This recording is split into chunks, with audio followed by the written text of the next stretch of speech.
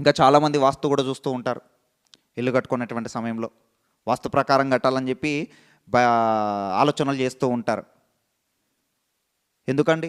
దారిద్ర్యమును ఐశ్వర్యమును కలగజేయవాడు ఆయనని నమ్మినప్పుడు, మేలైనా కీడైనా సమస్తము దేవుని చేతిలోనే ఉన్నాయని మనం నమ్మినప్పుడు, మేలు జరిగించేవాడు దేవుడే అని మనం నమ్మినప్పుడు, ఆయన్నే మనకు తీర్పు తీర్చేటువంటి దేవుడు, ఆయనే మనల్ని నడిపించేటువంటి దేవుడు అని మనం నమ్మినప్పుడు, అలాంటి పనులు ఎందుకు చేస్తాము?